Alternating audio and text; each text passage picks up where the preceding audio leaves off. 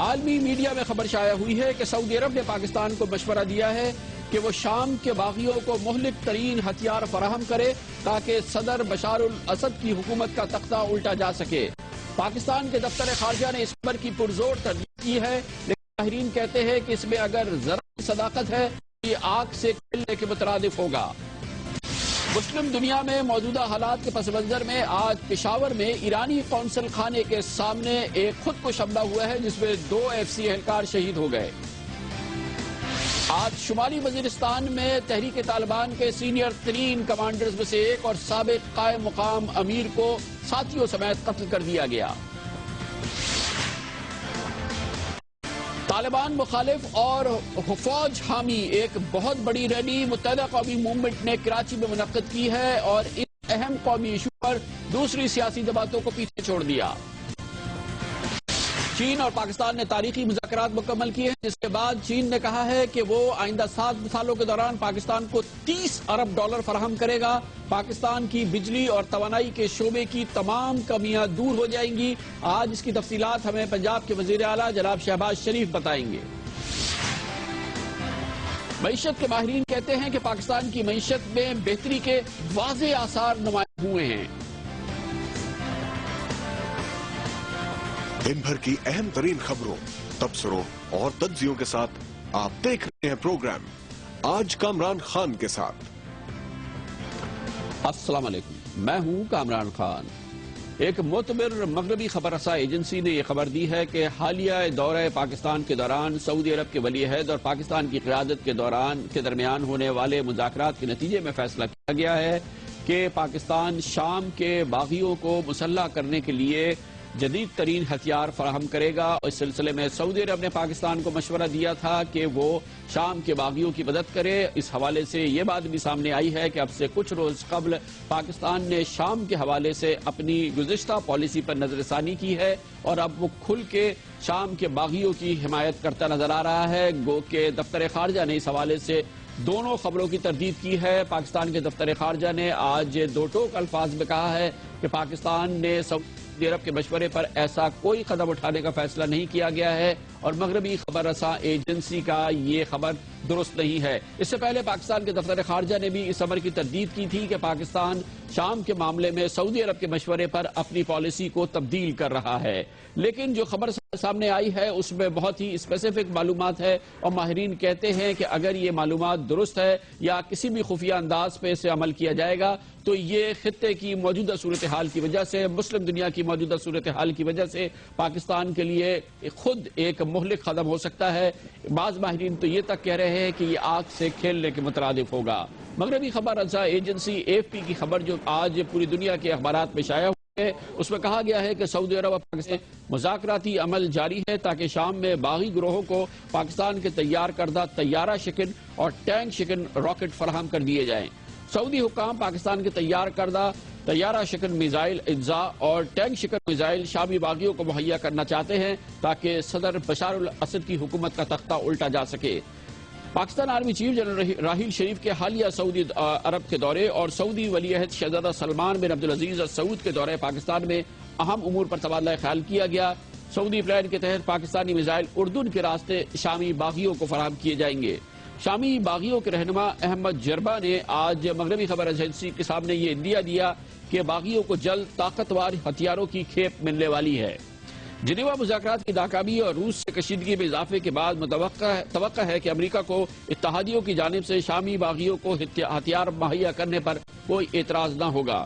یاد رہے کہ شام کی 3 سالہ خانہ جنگی میں اب تک تقریباً 30 لاکھ افراد ہلاک ہو چکے ہیں اور یہی وجہ ہے کہ یہ ایک بہت ہی کنٹروورشل ایشو ہے اور اگر پاکستان کھل کے شام کے باغیوں کی حمایت کرتا ہے اور انہیں جدید ترین ہتھیار فراہم کرتا ہے تو طور پہ اس کا رد عمل بھی ہوگا۔ وہ گروہ جو کہ اس وقت شام کی حکومت اور اس کے صدر بشار الاسد کے خلاف برسر پیکار ہیں، ان کے بارے میں مغربی میڈیا اور دوسرے میڈیا نے یہ بارہا کہا ہے کہ ان کے تعلق براہ راست القاعدہ سے بھی ہیں۔ یہ تک کہا گیا ہے کہ القاعدہ ہی ہے جو کہ دراصل شام کے صدر بشار الاسد کے خلاف شامی باغیوں کی سرکردگی کر رہی ہے۔ پاکستان میں القاعدہ کے اثرات اور اس حوالے سے یہ خبر کہ شاید پاکستان کا ہتھیار پاکستان کے ہتھیار القاعدہ تک پہنچ جائیں، یہ یقینی طور پہ پہ فکر طلب بات ہے، دوسری جانب مغربی ماہرین یہ کہتے ہیں کہ اس بات کی کوئی یقینی نہیں ہے، یقین دہانی نہیں ہے کہ یہ ہتھیار صرف اور صرف شام تک محدود رہیں گے، اور عین ممکن ہے کہ یہ ہتھیار جس میں مجوزہ طور پہ اینٹی ٹینک شکن میزائل ہیں، طیارہ شکن میزائل ہیں، وہ دوسرے راستوں سے دوسرے ملکوں میں پہنچ سکیں اور جنگی اور بڑی جنگی کارروائیوں میں استعمال ہو سکے۔ اس لیے یہ امر یقینی طور پر ایک سیریس عمل ہوگا اور اس کے اثرات بھی ہو سکتے ہیں۔ اسی دوران یہ خبر بھی آئی ہے کہ بحرین کے بحرین کے امیر شیخ حماد بن عیسیٰ الخلیفہ مارچ کے وسط میں پاکستان کا دورہ کریں گے۔ یاد رہے کہ بحرین میں بھی اس وقت اسی قسم کی صورتحال ہے، جہاں پر 60% شیعہ آبادی بحرین کے حکمرانوں کے خلاف ایک تحریک بھی چلا رہی ہے، اور بحرین میں اس حوالے سے یہ بات بھی سامنے آئی ہے کہ بحرین کی سیکیورٹی فورسز میں پاکستانی نژاد لوگوں کو شامل کیا گیا ہے، پاکستانی شہریت کے لوگوں کو خاص طور پہ بحرین کی سیکیورٹی فورسز میں شامل کیا گیا تھا، جس کے بعد وہاں پر بھی اس حوالے سے ایک تنازع پیدا ہوا تھا۔ کئی مسلم ممالک میں اس وقت فرقہ وارانہ ہنگامے، فرقہ وارانہ فسادات عام ہیں۔ عراق اس وقت فرقہ وارانہ جنگ میں لڑ رہا ہے اور ہر مہینے ایک اندازے کے مطابق 1000 افراد کی جانیں جا رہی ہیں عراق میں۔ اسی حوالے سے یہ بات بھی بہت اہم ہے کہ فرقہ وارانہ رخ ہی اختیار کر چکی ہے شام کی جنگ بھی، اور اس معاملے کو بھی یقینی طور پہ اسی پس منظر میں دیکھا جا رہا ہے جس کی آگ میں اس وقت مشرق وسطی جلتا نظر آ رہا ہے۔ اس صورتحال میں پاکستان اگر کوئی پوزیشن لیتا ہے اور ایسی قوتوں کی حمایت کرتا ہے جو کہ دراصل فرقہ وارانہ جنگ میں ایک جارح پوزیشن اختیار کیے ہوئے ہیں یا بہت ہی اگریسو پوزیشن اختیار کیے ہوئے ہیں پاکستان کی خارجہ پالیسی کے حوالے سے، اور خاص طور پہ پاکستان کے موجودہ صورتحال کی وجہ سے اس کے سنگین اثرات ہو سکتے ہیں اور اس کے بہت ہی نیگیٹو اثرات پاکستان کے اندر بھی ہو سکتے ہیں۔ یاد رہے کہ پچھلے 6 سالوں کے دوران 2008 سے لے کر اب تک پاکستان میں 612 فرقہ وارانہ دہشت گردی کے واقعات ہو چکے ہیں۔ خود ہمارے پاکستان میں 612 فرقہ وارانہ دہشت گردی کے واقعات ہو چکے ہیں، جس میں اب تک 2304 لوگوں کی جانیں جا چکی ہیں اور تقریباً 4000 لوگ اس میں زخمی ہو چکے ہیں۔ یقینی طور پہ پاکستان خود اس وقت فرقہ وارانہ جنگ کی آگ میں جل رہا ہے، اور اس صورتحال میں عالمی سطح پر جو صورتحال ہے اس میں اگر کوئی پاکستان ایسی پوزیشن لیتا ہے کہ کسی ایک گروہ کو مسلح کرتا ہے یا کسی ایک حکومت کا ساتھ دیتا ہے تو یقینی طور پہ اس کے کاؤنٹر ایفیکٹ بھی ہو سکتے ہیں، اس کے جوابی اثرات بھی ہو سکتے ہیں۔ اسی حوالے سے یہ بہت اہم ہے کہ آج پشاور میں ایک بڑا واقعہ ہوا ہے اور ایک بار پھر ایرانی مفادات کو نشانہ بنایا گیا ہے۔ پشاور میں ایرانی قونصل خانے کی پشت پر FCC چیک پوسٹ پر آج ایک خودکش حملہ ہوا ہے، جس میں 2 FCC اہلکاروں نے اپنی جانوں کا نذرانہ پیش کیا ہے اور ایرانی قونصل خانے پر براہ راست اس دہشت گرد حملے کو ناکام بنایا ہے۔ 2 FCC اہلکاروں نے شہادت دی اور ایرانی قونصل خانے پر یہ حملہ ناکام ہو گیا۔ اس سے پہلے کئی ایسے واقعات ہو چکے ہیں جس میں ایرانی مفادات کو پاکستان میں نشانہ بنانے کی کوشش کی گئی ہے، جس سے واضح طور پہ بات نظر آتی ہے کہ پوری دنیا میں جو تقسیم نمایاں ہو رہی ہے اس کے واضح اثرات پاکستان کے اندر بھی دیکھنے میں آ رہے ہیں۔ حالیہ یہ پیش رفت ہے جس میں مغربی میڈیا نے خبر دی کہ پاکستان شام میں سعودی عرب کے موقف کی حمایت کرے گا یا پاکستان شام میں حمایت کرے گا۔ اس حوالے سے ہم بات کرتے ہیں اور اس کے لیے ہم نے دعوت دی ہے۔ ہمارے ساتھ موجود ہیں قومی اور دفاعی امور کے ممتاز ایکسپرٹ جناب اکرام سہگل۔ بہت بہت شکریہ اکرام سہگل صاحب۔ آپ بتائیے گا، یہ آج خبریں شائع ہوئی ہیں کہ پاکستان شاید سعودی عرب کے مشورے پر شام کے باغیوں کو بہت مہلک ہتھیار، anti tank missiles, anti aircraft missiles دینے والا ہے، اور پاکستان کے دفتر خارجہ نے اس کی تردید کی ہے۔ ماہرین کہتے ہیں کہ اگر اس میں ذرا بھی صداقت ہے تو یہ آگ سے کھیلنے کے مترادف ہوگا۔ آپ کیا سمجھتے ہیں اس معاملے میں؟ میں جی بالکل ایگری کرتا ہوں، کیونکہ ایک بغاوت ہے وہاں پر، اور اگر آپ ایک یونائٹڈ نیشن چارٹر دیکھیں اور ابھی تک یونائٹڈ نیشنز کی کوئی خاص ریزولوشن نہیں آئی ہے، اگر یونائٹڈ نیشن کی ریزولوشن آ بھی جاتی تو ایک سیریا ایک مسلمان ممالک ہے اور اس کے اندر جو ان کی باغی ہیں اس کے اندر بہت مختلف فیکشن ہیں، تو آپ کو کیا پتہ چلے گا آپ کس فیکشن کو سپورٹ کرنے۔ اور میں سمجھتا ہوں کہ کبھی بھی، اور آپ نے دیکھ لیا جو آپ نے آگ کے ساتھ کھیلا افغانستان میں، تو آپ کے ساتھ آپ کا حشر کیا ہوا، تو آپ ایک انویٹیشن ٹو ڈیزاسٹر ہے۔ اور ٹھیک ہے، سعودی عربیہ کا اپنی موقف ہے، وہ ہمارے دوست ممالک ہیں، لیکن ویپنز اگر جو کرنا ہے، اور آپ کو پتہ ہے کہ دنیا کا یہی ایک رد عمل ہے کہ ویپنز آپ کانفلکٹ ایریا میں سپلائی نہیں کرنا چاہیے آپ کو، اور اس سے آپ کو کافی واریاں ہوں گی اور یہ نہیں کرنا چاہیے۔ اچھا، ایک اور اسی خطے میں بڑی ٹینس سچویشن ہے بحرین کے اندر، جہاں پر ایک بڑی جو شیعہ آبادی ہے وہ بحرین کے حکمرانوں کے خلاف ایک تحریک چلا رہی ہے. وہاں سے بھی خبریں آئی ہیں اور کئی شکایات بھی آئی ہیں. اپنی کمیونٹی کو اس کی وجہ سے نشانہ بھی بنانا پڑا کہ بحرینی سیکیورٹی فورسز کے ساتھ پاکستانی شہری جو ہیں وہ بھی جو ان کی آپریشنز ہیں اس میں حصہ لیتے ہیں یا سیکیورٹی کی ذمہ داریاں وہ ان کے ذمے ہیں. اسی دوران یہ خبریں بھی ہیں کہ بحرین کے امیر بہت جلد پاکستان آنے والے ہیں. اس سے پہلے سعودی عرب کے ولی عہد آئے تھے. آپ یہ بتائیے کہ بحرین کی صورتحال میں بھی کیا ضروری ہے کہ پاکستان مکمل طور پہ نیوٹرل رہے؟ دیکھیے، اس کے اندر ایک ہسٹوریکل فیکٹ یہ ہے کہ بحرین کی جو سیکیورٹی فورسز سے ان کے اندر پاکستانی بہت پہلے سے کافی شامل تھے.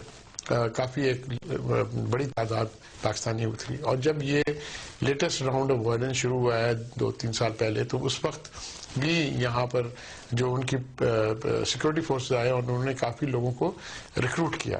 نہ اس کے اندر کچھ سیمی آفیشیل ایجنسیز انوالوڈ تھی، کیونکہ ان کی طرف سے تو وہ چاہتے کہ بھئی ٹھیک ہے ہمارے لوگ جا رہے ہیں ان کی پولیس میں، ان کی فورسز میں وغیرہ وغیرہ. لیکن جو پرسیپشن بحرین میں تھا وہ بہت خراب تھا، کیونکہ آن دا گراؤنڈ جو تھا وہ پھر پاکستانیوں کو کافی لوگوں نے اٹیک کیا، پاکستانیوں کو برا بلا بولا. تو میں تو اگرچہ اوورآل آپ دیکھیں تو آپ وہی ایک ہے، آپ کو سائیڈ ایسی چیزوں میں نہیں لینا چاہیے.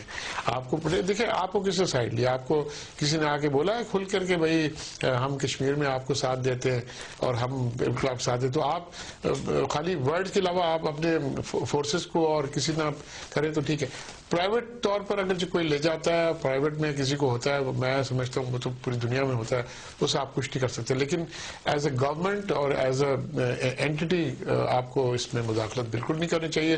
ٹھیک ہے، اگر جو وہ آتے ہیں آرمڈ فورسز آپ سے بات کرتے ہیں، آپ سے ٹھیک ہے، آپ کے ساتھ کی دوستی ہے وغیرہ وغیرہ، لیکن میں سمجھتا ہوں کہ ان نے آپ کو اتنا مزہ کہ آپ ان کے اندر مداخلت شروع کریں. بہت بہت شکریہ جناب اکرام سہگل ہمارے ساتھ ہے. اور یقینی طور پہ یہ کیونکہ معاملات ہیں اور بارہا اس کا ذکر آ رہا ہے ملک کے اندر بھی ملک کے باہر بھی، اور آج اس کی باز گشت قومی اسمبلی میں بھی سنائی دی گئی اور سینٹ میں بھی سنائی دی گئی، خاص طور پہ پاکستان پیپلز پارٹی کی جانب سے پاکستان کی خارجہ پالیسی کے اس نئے متوقع نئے ٹرن کے بارے میں بات کی گئی ہے. اور قائد حزب اختلاف جناب سید قرشی شاہ نے کہا کہ پارلیمنٹ کو اعتماد میں لیا جائے. اگر حکومت نے اپنی خارجہ پالیسی میں یو ٹرن کا فیصلہ کیا ہے پاکستان کی موجودہ قیادت کے لیے یقینی طور پر لازم ہے کہ وہ دیکھے کہ پاکستان کے اندر خود اس وقت فرقہ وارانہ صورتحال انتہائی نازک ہے، اور ایسے موقع پہ عالمی سطح پر جو مسلم امہ کو جس طرح سے تقسیم کیا گیا ہے اور جس طرح سے مسلم امہ کے کئی ممالک کے اندر فرقہ وارانہ جنگ چل رہی ہے، پاکستان کو ہر صورت میں اس سے اپنے آپ کو بچانا ہوگا. لیتے ہیں کمرشل بریک اور اس کے بعد شمالی وزیرستان کے اس بہت اہم واقعے کی بات کریں گے جس میں آج ایک حملہ ہوا،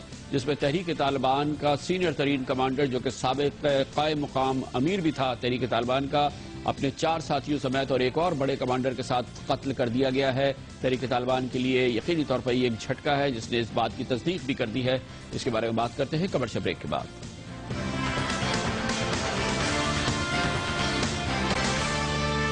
ویلکم بیک. تحریک طالبان کو سخت حالات کا سامنا ہے. 20 فروری سے اب تک تقریباً 4 محدود کارروائیاں ہیں جو پاکستان فضائیہ اور پاکستان آرمی کے گن شپ ہیلی کاپٹرز نے تحریک طالبان سے منسلک اور دوسرے دہشت گرد گروہوں کے حوالے سے کی ہیں. ان حملوں میں کئی ٹھکانے تباہ کیے گئے ہیں اور تقریباً 100 کے قریب ایسے لوگ جو کہ دہشت گرد سرگرمیوں میں ملوث تھے انہیں ہلاک کیا گیا ہے، یہ دعویٰ کیا گیا ہے.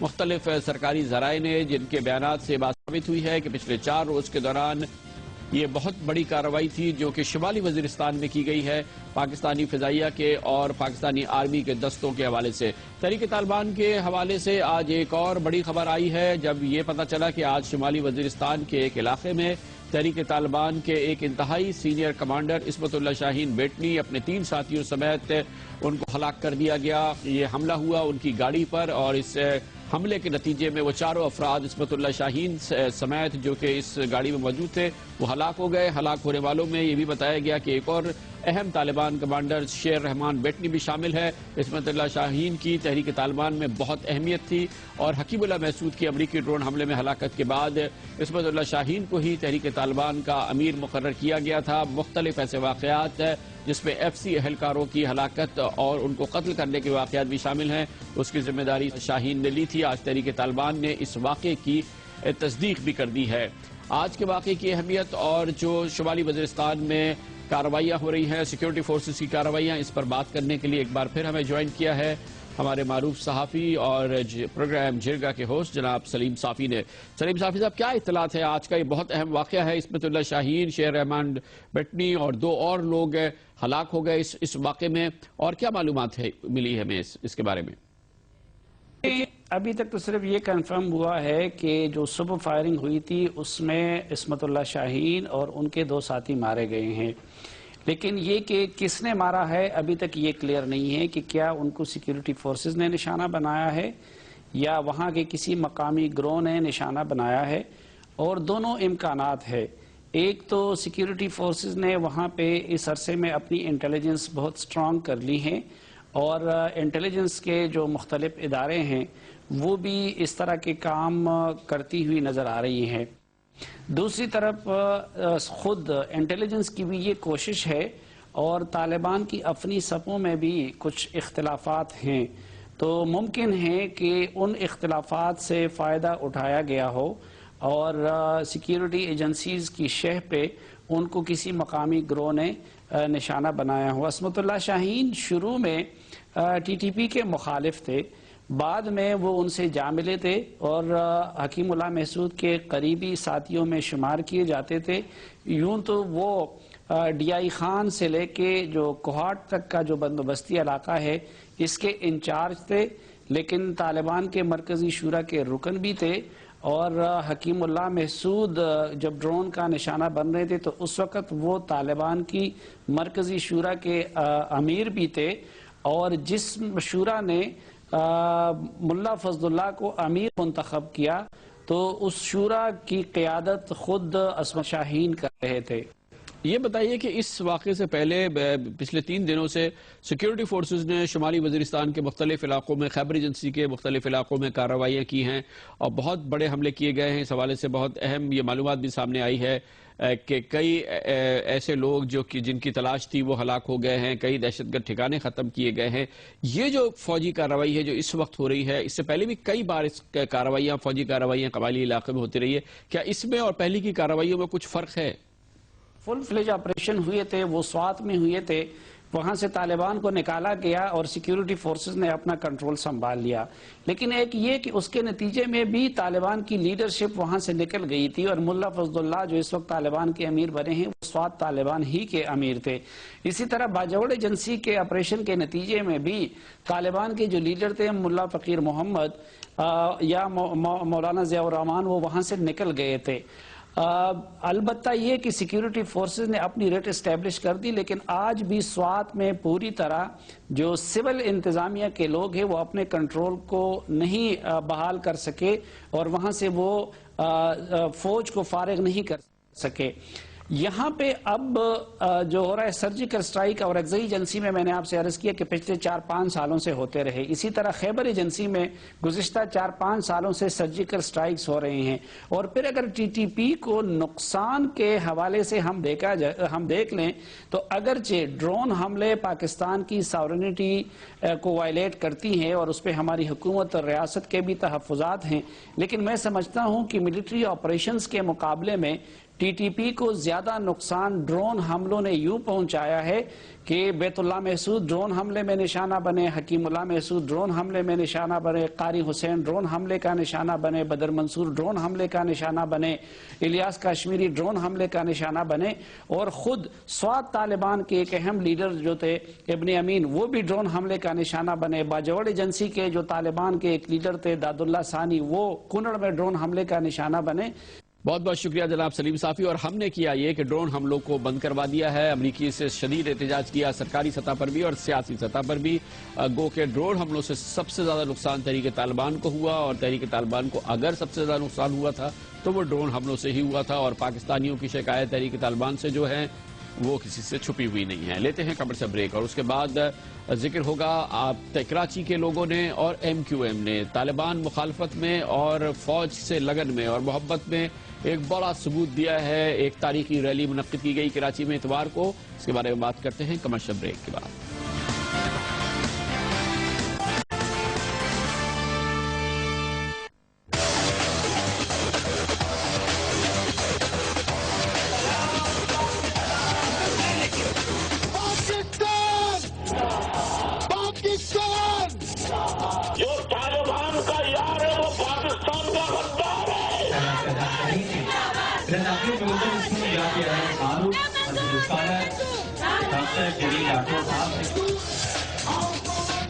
دہشت گردی کے واقعات، طالبان دھمکیاں اور اس کے جواب میں سیکورٹی فورسز کی کارروائیاں اور پاک فوج کی محدود وہ کارروائی جو کہ قبائلی علاقوں میں کی گئی ہے، اسی پس منظر میں پاکستانی عوام کے حوالے سے ایک بہت بڑا نمونہ، ایک بہت ہی عملی مظاہرہ سامنے آیا اور اس شہر میں کراچی شہر نے پاکستان کے دوسرے شہروں سے فوقیت حاصل کری اور آگے نکل گیا۔ اس ایک بہت بڑی ریلی جو کہ متحدہ قومی موومنٹ نے آرگنائز کی اتوار کے روز کراچی میں، اس میں ایک تاریخ ساز یہ اجتماع تھا جس کا بنیادی مقصد طالبان کی مخالفت اور پاک فوج اور پولیس اور رینجرز کو خراج تحسین پیش کرنا تھا، پاکستانی قوم کی ہمت بڑھانا تھا اور ان کو دعوت دینا تھا کہ دھمکیوں کا اور دہشت گردی کا مقابلہ اتحاد سے ہی کیا جا سکتا ہے، اپنے سیکیورٹی فورسز کی ہمت افزائی سے ہی کیا جا سکتا ہے۔ اس لحاظ سے یہ ایک غیر معمولی مظاہرہ تھا اور اسے ہر صورت میں تحسین کی نگاہ سے دیکھا گیا۔ ایم کیو ایم نے یہ مظاہرہ کیا کراچی کے شاہراہ قائدین پر، کراچی کے مرکز میں پورے کراچی سے لوگوں نے اس میں شرکت کی اور ایم کیو ایم کے حوالے سے بھی ایک بہت تاریخ ساز اجتماع تھا۔ اس سے ایم کیو ایم کے قائد جناب الطاف حسین نے انہیں خطاب کیا۔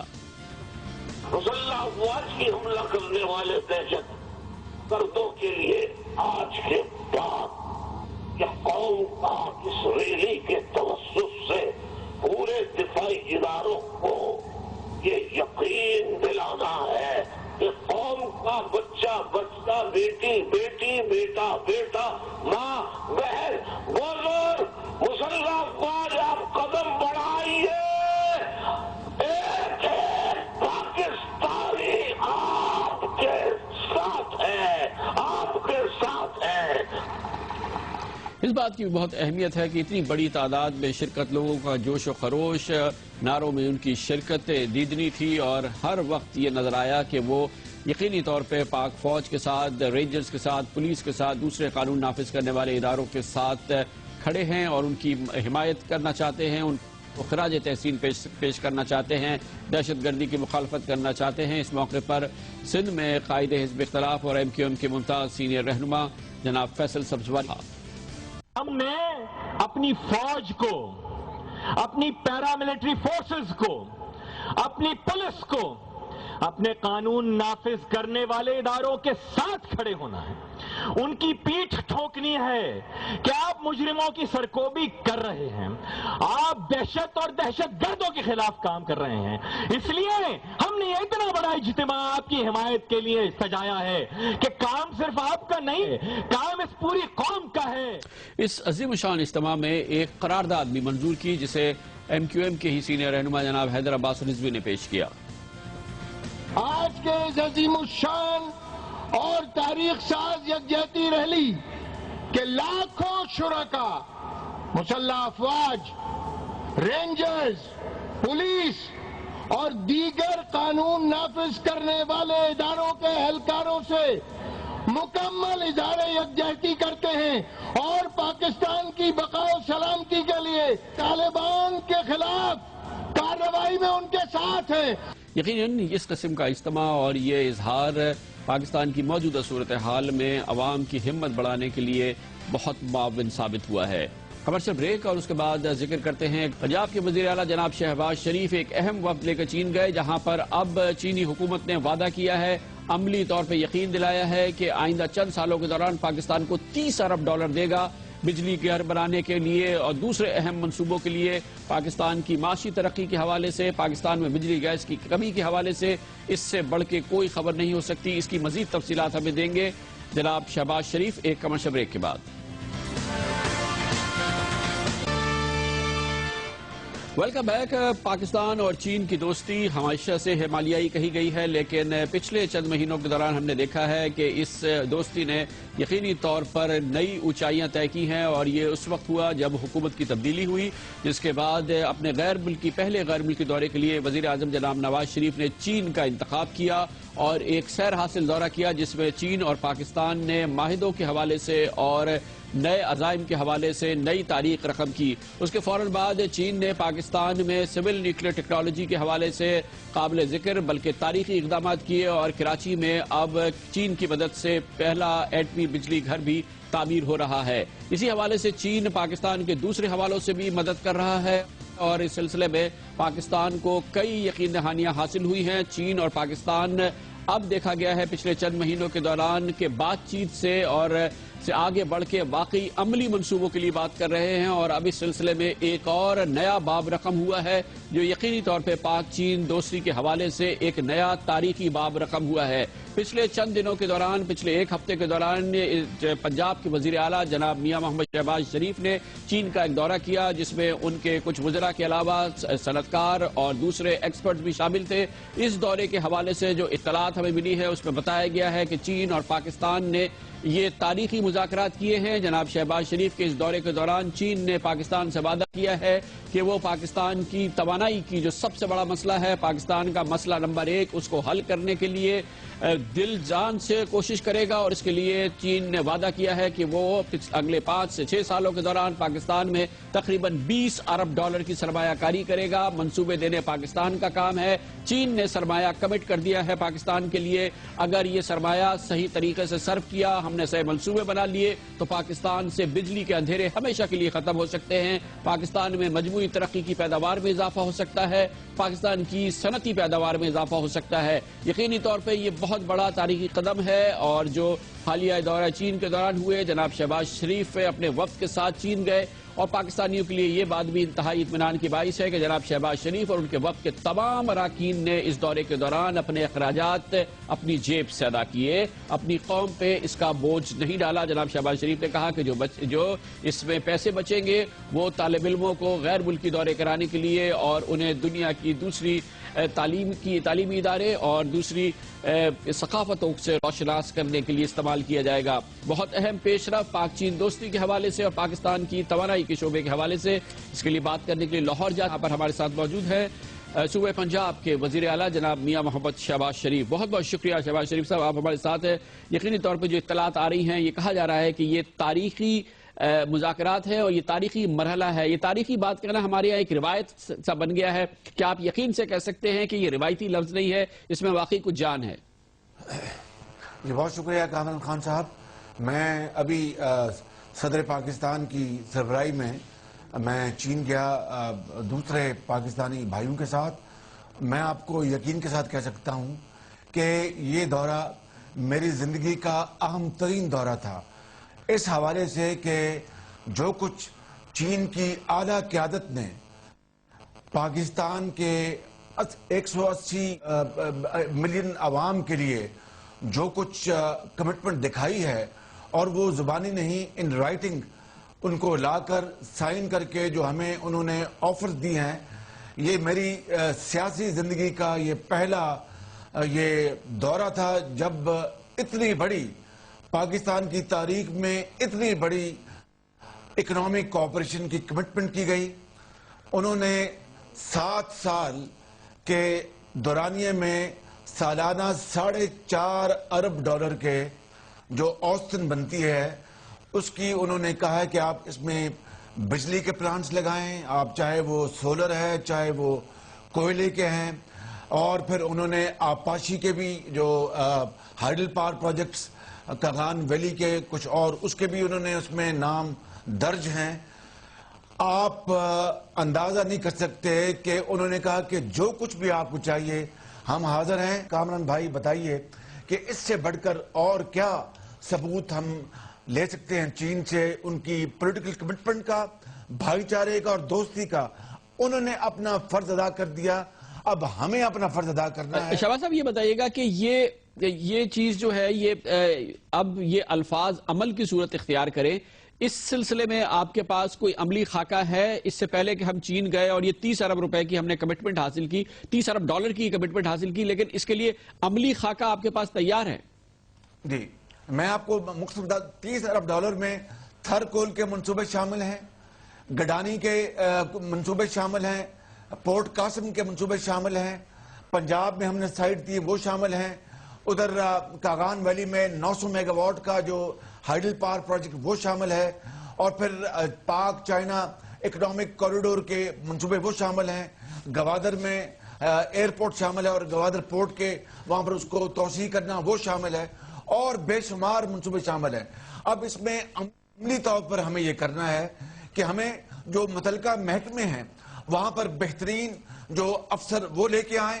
وزیر اعظم صاحب نے فیصلہ کر لیا ہے کہ چائنا کا ڈیسک وزیر اعظم ہاؤس میں وہ وہاں پر اس کو فل فور اس کا قیام عمل میں آئے گا, اور جو متعلقہ وزارتیں ہیں اس کا باقاعدہ ایک کمیٹی بنے گی جس کو وزیر اعظم صاحب خود چیئر کریں گے, اور مہینے میں 2 مرتبہ یا کم از کم 1 مرتبہ وزیر اعظم صاحب خود اس کی میٹنگ لیا کریں گے, اور چاروں صوبوں کے جو حکومتیں ہیں ان کے ساتھ مشاورت کے ساتھ ان کو جو جو اس میں مدد چاہیے وفاق سے ان کو وفاقی حکومت دے گی.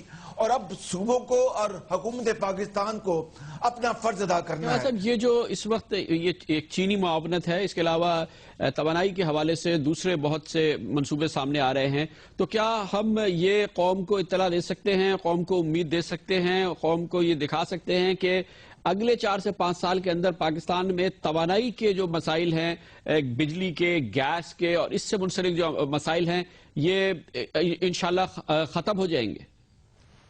بالکل. اس میں دیکھیے گڈانی کی انہوں نے گڈانی جو ہے ہمارا منصوبہ, اس کے تمام منصوبوں کی انہوں نے اس میں ذکر کر دیا اپنے اس میں فیصلوں میں کہ یہ ہم گڈانی میں 10 پلانٹ لگیں گے, اور انہوں نے پورٹ قاسم کا ذکر کیا, تھر کول کا انہوں نے ذکر کیا کہ تھر کول کی بنیاد پر 10 پلانٹ 660 میگا واٹ فی پلانٹ کی کیپیسٹی کے 10 پلانٹ لگیں گے, سارا انہوں نے درج کر دیا. اب یہ تو انہوں نے آگے تو نہیں لگانا, ہم نے کاغذات تیار کرنے ہیں, ہم نے فیزیبلٹیاں تیار کرنی ہیں, ہم نے ان کے جو ایگزم بینک کو وہ سارے ان کی جو ریکوائرمنٹ پوری کرنی ہے, وہ اب ہمارے اوپر ہے.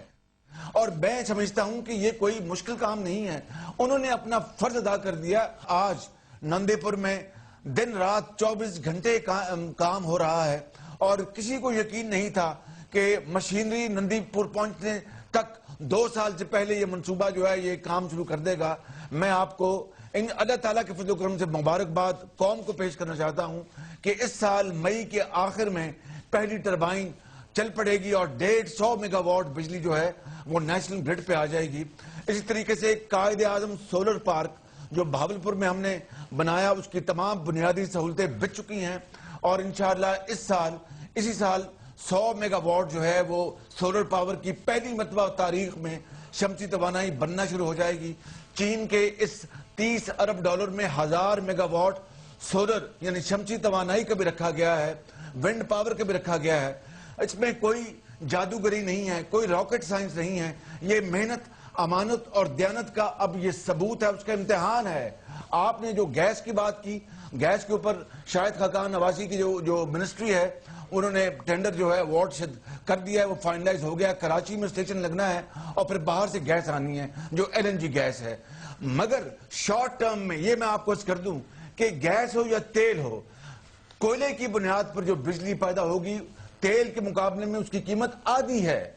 یہ بات آپ بالکل ذہن میں رکھ لیں کہ coal based power generation is going to be half the cost of oil based power generation.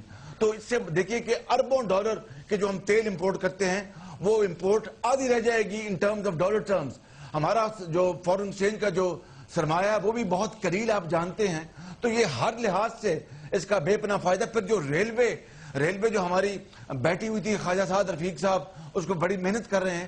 Railway جو کول ٹرانسپورٹ کرے گا اسی سے ریلوے کا دگنا چگنا منافع ہوگا, اور ریلوے جو ہے وہ بے پناہ منافع بخش ہو جائے گی. اس سے بے پناہ لاکھوں جابز ملیں گی. اس ملک کے اندر ایک خوشحالی کا انقلاب آ جائے گا.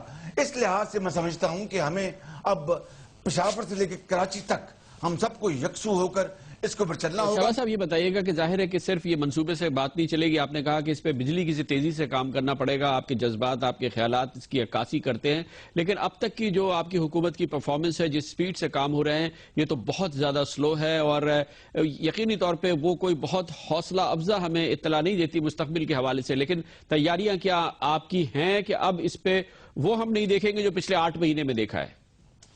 میں نے آپ کو نندی پور کی مثال بتا دی کہ نندی پور کو یعنی ایک قبر سے نکال کر اپنا مردے کو, نندی پور کے منصوبے کے مردے کو قبر سے نکال کر دوبارہ اس میں جان ڈالی گئی ہے اللہ تعالیٰ کے فضل و کرم سے. تو یہ کیا ہے؟ یہ دن رات محنت اور وہ تیاری اور منصوبہ بندی کا نتیجہ ہے. اور میں آپ کو یقین دلاتا ہوں پرسوں prime minister of Pakistan Mian Nawaz Sharif صاحب نے اسلام آباد میں میٹنگ رکھ لی ہے. ڈی بریفنگ سیشن ہوگا. احسن اقبال صاحب, اور میں یہاں عرض کر دوں احسن اقبال صاحب نے بڑا کام کیا وہاں پہ. میں آپ کو جوائنٹ اکنامک کمیشن میں بڑی تیاری کے ساتھ بات کی. پھر صدر پاکستان جناب ممنون حسین صاحب نے بہت اچھے انداز میں چینی لیڈرشپ سے وزیر اعظم پاکستان کا پیغام دیا اور ان منصوبوں پر بات کی. پرسوں صبح میٹنگ ہے, وہاں پر بڑے اہم فیصلے ہوں گے وزیر اعظم صاحب کی صدارت میں, اور میں آپ کو یہ یقین دلاتا ہوں کہ انشاءاللہ یہ انتہائی ذمہ داری کے ساتھ, کیونکہ اگر یہ موقع خدا نہ خواستہ ضائع گیا ہماری اپنا غفلت کی وجہ سے تو پھر ہمیں معافی کی کوئی گنجائش نہیں ہے. اس لیے میں آپ کو یقین دلاتا ہوں وزیر اعظم کے بہاف پہ اور اپنی طرف سے کہ انشاءاللہ ہم جان لڑا دیں گے. اس لیے ہم اگلے اپنا 2.5 ساڑھے 3 سال میں لیے پیدا کر دیں گے, اور اس سے اپنا 20,000 میگا واٹ کا یہ منصوبہ ہے. 20,000 میگا واٹ صرف بجلی کے اوپر قریباً $20 ارب کی سرمایہ کاری ہونی ہے. میں کہتا ہوں کہ آپ ایک سیف مارجن لے لیں. اگر آپ محنت کر کے 70-80% بھی اس کا اچیو کر لیں گے تو پاکستان کے ہر کونے میں روشنی ہوگی, شہروں میں, دیہاتوں میں, یہ ملک خوشحال ہو جائے گا. بہت بہت شکریہ. جناب شہباز شریف ہمارے ساتھ ہے. اگر وہی جذبات, وہی لگن جس سے جناب شہباز شریف اس منصوبے کی اور ان وعدوں کی افادیت ہمیں بتا رہے تھے, اس پر اسی جذبات سے اور انہی لگن سے اس پر عمل درآمد کیا گیا تو یقینی طور پہ پاکستان سے اندھیرے بھی دور ہو جائیں گے اور پاکستانیوں کی قسمت بدلنے میں یہ ایک بڑا سنگ میل ثابت ہوگا. وقت ہے کمرشل بریک کا, جس کے بعد ہم آپ کو بتائیں گے ایک اور اچھی خبر. ماہرین معاشیات کہتے ہیں کہ حالیہ ہفتوں میں پاکستانی معیشت میں بہتری کے واضح آثار نمایاں ہوئے ہیں. وہ کیا ہے؟ کمرشل بریک کے بعد.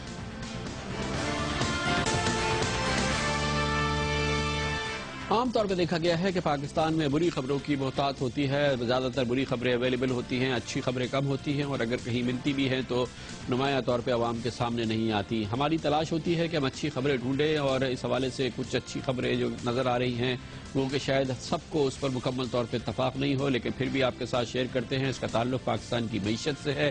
پاکستان کی معیشت کے بارے میں کہیں پہ بھی اچھائی کے آثار نظر آئیں گے تو اس کے اثرات پاکستان پر ہوں گے, اور پاکستان کی ترقی صرف اور صرف اس صورت میں ہو سکتی ہے کہ پاکستان کی معیشت ترقی کرے. معیشت کے حوالے سے اچھی کامنٹریز کچھ سامنے آئی ہیں. گزشتہ ہفتے انٹرنیشنل مانیٹری فنڈ یعنی IMF نے پاکستانی معیشت کے حوالے سے کہا تھا کہ پاکستان کا معاشی اور اصلاحاتی پروگرام وسیع بنیادوں پر درست سمت میں آگے بڑھ رہا ہے. IMF نے یہ بھی کہا تھا کہ معاشی استحکام اور ترقی کی مجموعی کارکردگی حوصلہ افزا ہے. پاکستانی معیشت کے حوالے سے بہتری کے اشارے بھی سامنے آ رہے ہیں. اس کے علاوہ ہم نے دیکھا ہے ہمارے ملک کے اندر بھی ایسے ماہرین, ایسے ناقدین جو معیشت کی سست رفتار آگے بڑھنے پر ان کو تنقید تھی اور انہیں اعتراضات بھی تھے, اس سلسلے میں کڑی تنقید بھی سامنے آتی تھی, انہیں بھی نظر آ رہا ہے کہ شاید معیشت میں بہتری کے آثار نمایاں ہو رہے ہیں, اور معیشت اگر اسی انداز میں آگے بڑھی تو شاید ٹھوس بہتری بھی آ سکے. ابتدائی اشارے ضرور ہے, لیکن کیونکہ بہتری کی بات ہم آپ کو شیئر کرتے ہیں, معاشی حوالے سے ایک امپورٹنٹ ناقدین میں ہیں اور بہت ہی انفلوئنشل ناقد ہیں جناب ثاقب شیرانی, جو کہ وزارت خزانہ کے سابق مشیر بھی رہے ہیں. انہوں نے اپنے ایک حالیہ مضمون میں جو انہوں نے اخبار ڈان میں تحریر کیا, انہوں نے کہا ہے کہ پاکستان میں معیشت کے حوالے سے کچھ بہترین اشارے سامنے آئے ہیں. خاص طور پہ دیکھا یہ جا رہا ہے کہ روپیہ اب کچھ مستحکم ہوتا چلا جا رہا ہے. پاکستانی روپے کی قدر, دوسری جانب کاروباری اعتماد میں اضافہ ہوا ہے, اور اسی کی وجہ سے نجی شعبے کی جانب سے بینکوں سے قرضوں کے حصول میں کچھ تیزی دیکھنے میں آ رہی ہے. بڑی صنعتوں کی کارکردگی میں بھی بہتری کے کچھ آثار نظر آئے ہیں. اس کے علاوہ انفلیشن میں یعنی مہنگائی میں کچھ کمی آئی ہے یا ٹھہراؤ آ گیا ہے, اور ٹیکسوں کے حوالے سے اس کی وصولی میں بھی ہلکا سا ایک اضافہ ضرور دیکھنے میں آیا ہے. دوسری جانب بیرون ممالک مقیم پاکستانیوں کی جانب سے ترسیلات زر میں اضافہ ہوا ہے, یعنی کہ بیرون ملک سے پاکستان میں رقوم آ رہی ہیں جو کہ پاکستانی بھیج رہے ہیں, اور اس میں کچھ اضافہ بھی ہوا ہے. ٹیکس وصولیوں میں اضافے اور ترقیاتی اخراجات میں کمی کے ذریعے بجٹ خسارے میں 1.7% کمی کا ہدف ممکن ہے. یہ بھی بہتری کی خبر ہے, اور یہ بھی کہ نجکاری پروگرام اور 3G لائسنسز سے اگر یہ کامیابی ہو جاتی ہے تو خاطر خواہ زر مبادلہ پاکستان کو ملے گا. اس حوالے سے بھی اس معاملے میں امید لگائی جا سکتی ہے. بہترین یہ خبریں ہو نہ ہو, لیکن کچھ نہ کچھ بہتری کے آثار ضرور ہیں, اور ہم نے یہی سوچا کہ اس پروگرام کے اختتام میں آپ کے لیے کچھ بہتری کا ماحول یا ایک اچھی خبر سنائی جائے اور اس کے ساتھ اپنے پروگرام کا اختتام کیا جائے. کامران خان کو اجازت. اللہ حافظ و ناصر.